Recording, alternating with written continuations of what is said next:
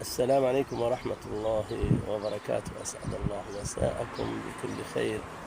وعلى ما قيل الشيء بالشيء يذكر. استمع الآن لقصة أخ نحسبه الله حسيبه أنه من الثقات. يقول: رأى ابني لي رؤيا ذات يوم وحكيتها وسردتها لمفسر أحلام، فعبرها بأنه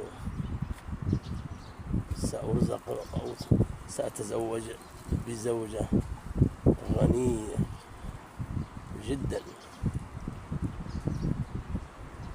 وبعد ذلك أنا أخذت أفكر في الموضوع وفجأة نطق بما في قلبه. ولكن فالمفسر هذا يتحدث قال: ولكن لا تظن أنني حاسد، أنا ما أحسدك. يقول: أنت هكذا أدنت نفسك. والله لا يطلع على بالي أنه جاء على بالي الحسد أو شيء، ولكنه كأنه أدان نفسه الآن بما في نفسه. يقول: مرت السنين وأنتظر وأنا كبير في العمر، وأنتظر متى تأتي هذه الزوجة، ولا حياة لمن تنادي.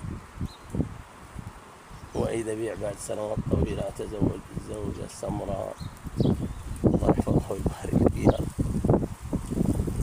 منتفة لا تملك من حطام الدنيا شيئا.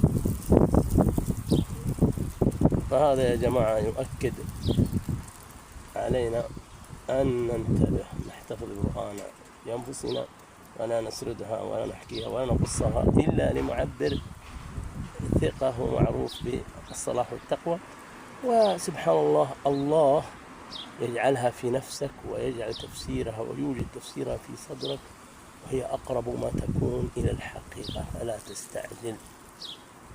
هذا وصلى الله وسلم على سيدنا محمد. السلام عليكم ورحمة الله وبركاته.